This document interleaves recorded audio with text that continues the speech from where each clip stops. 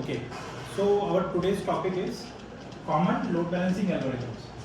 Okay, so you guys, as you guys, all of you guys knows that load balancing is something like there would be a load balancer server, there would be lots of application server or target servers would be there, and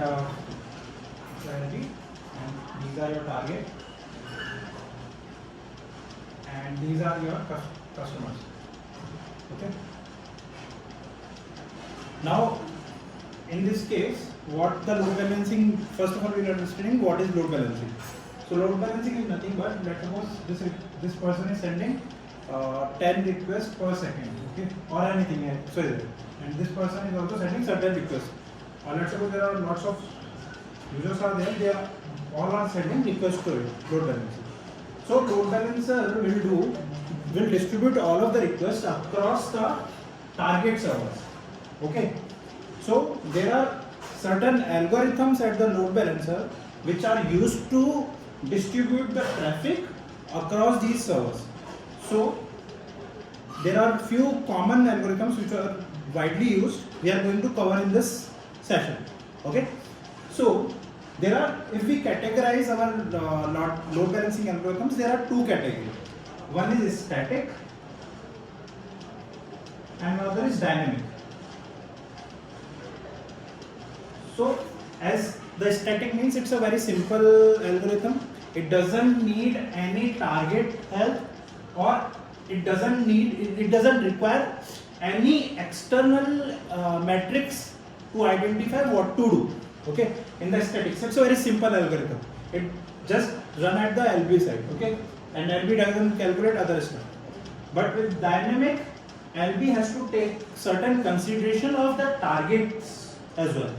Okay, so now let's start with the static algorithms. Okay, so first algorithm is there, which is a round robin.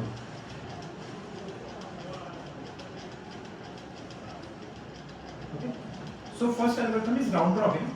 This is a static type of algorithm. What it does, let's suppose the first request, second request, third request, and this is the fourth request. Okay. So what round robin will do? As soon as the first request comes, it will send to target 1. Okay. Second request will go to target 2. Third request will go to target 3. Fourth request will go to target 1 again. So it will be in circular fashion. Okay. So this is all about the round robin algorithm. Okay. It's a very simple algorithm. The load balancer will just send to target 1, next move, send the new request, next request to the next target, like that. So it will be in the circular fashion always. Now there is a second algorithm which is called sticky round robin.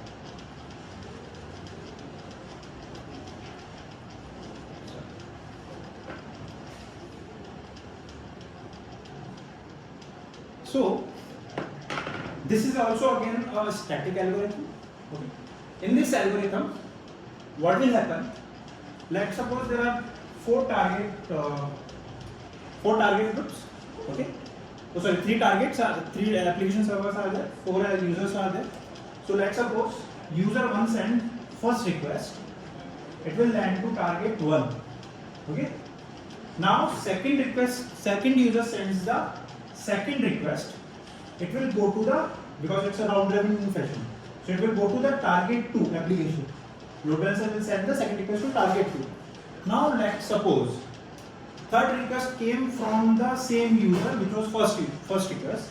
Now in the sticky fashion, what it will do, it will send the request to the target 1.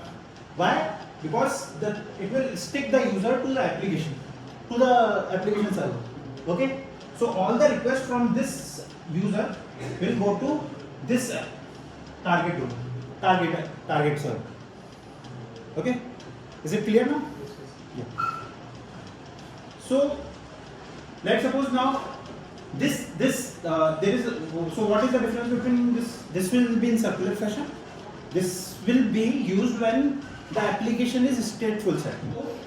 Round robin will be in circular, Sticky round robin will be also in circular if the new user is come, but if the same user is arriving, request is coming from the same user, it will send to the same target where the first request was landing.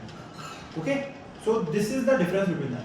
Sticky generally used when the application is stateful application.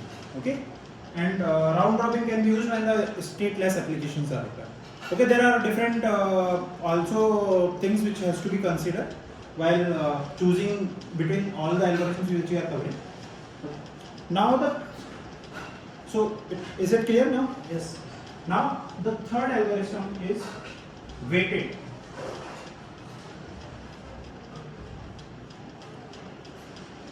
Weighted algorithm. Okay. So what the weighted algorithm will do?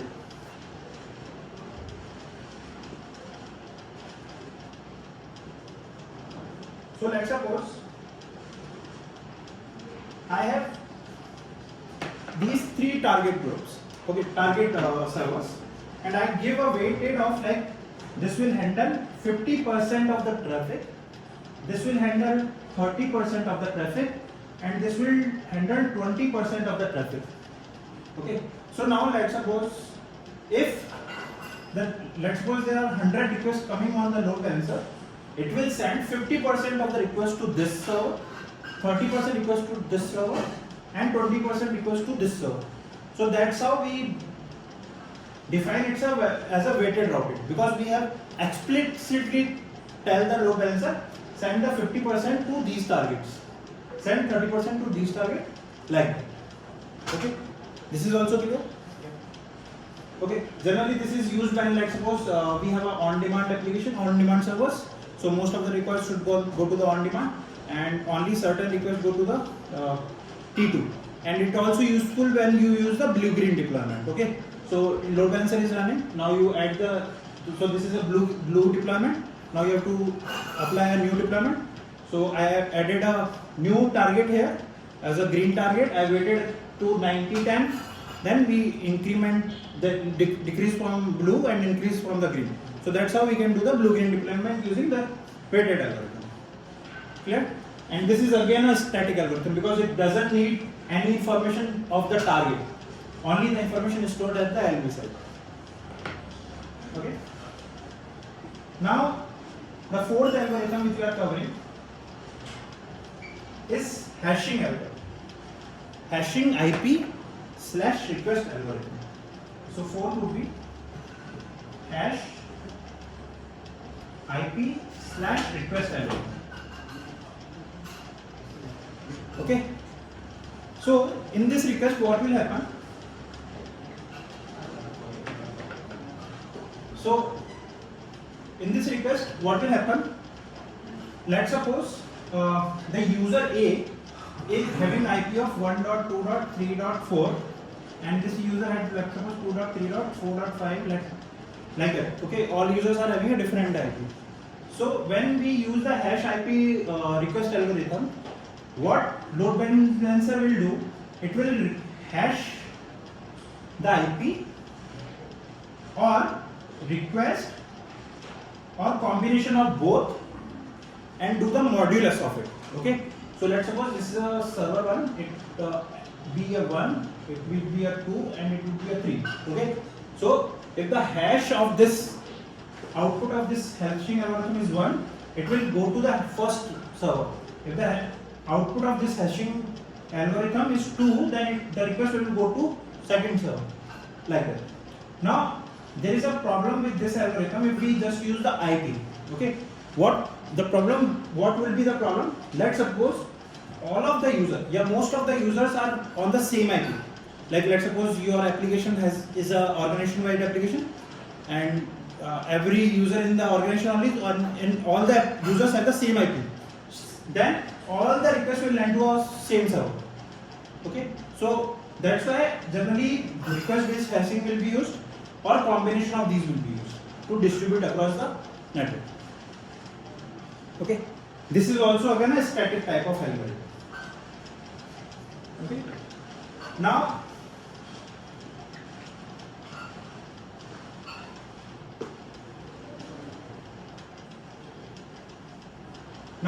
fifth fifth algorithm which we are going to cover is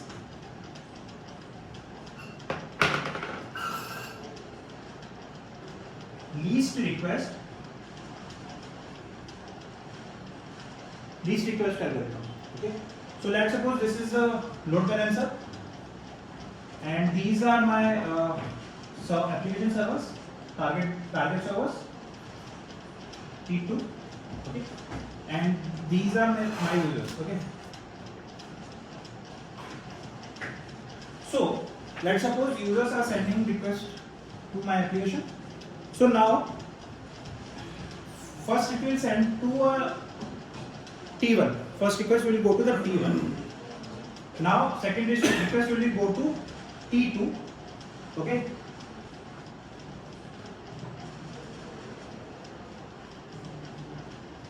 And first request goes, second request goes. Okay. Third request is also goes to this one. And immediately third request fourth request goes here. Okay, now fourth request was completed within a millisecond before my request came. These requests are still processing. 1, 2, 3 is still in progress, but my fourth request is coming. Let's suppose if the fifth request came from any of the user, it will go to the target group which is currently handling the very less number of requests. Okay, which is my fourth request is complete here already. So fifth request will go to this target, like that. So whichever the target is currently having the least number of requests will be serving my subsequent request. Okay, and this is a dynamic type. Why? Because the load balancer has to keep track of which target application is handling how many requests. That matrix is outer matrix which has to be kept track by the load balancer. That's why it's a dynamic algorithm. Okay, dynamic category. Now, my sixth algorithm which will be used by, this was the least request, another was the least time. Okay, so it will send so it is similar way, but this time load balancer will keep track of which target server is serving the request in very least time. Okay, let's suppose the response time of this server is 1 second, and this this having a 2 second.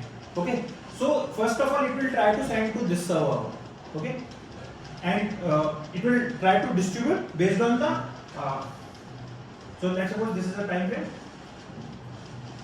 Okay, so let's suppose it will take 1 second. So first request in 1 second. So there is a time window is there. Okay, this is my server 1, this is my server 2, and let's suppose both server can handle one request at a time. Okay, so we are taking very simple approach to understand this. So first request goes T1, this handled by this. Now second request comes because immediately my requests are coming. So it is still in process. So it goes to T2. T2 is taking 2 seconds. So this is my block.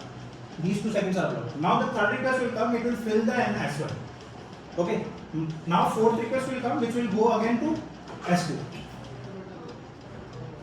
Got it? Like that. So whatever the response time, previously it was how many requests each were handling, but in the least time it will check how many time it taking to process a request, which will be a minimum least time. It will send the request to that server. Okay. So these are the common 6 common algorithms which are generally used in the load balancing. Okay, and this is also again a dynamic.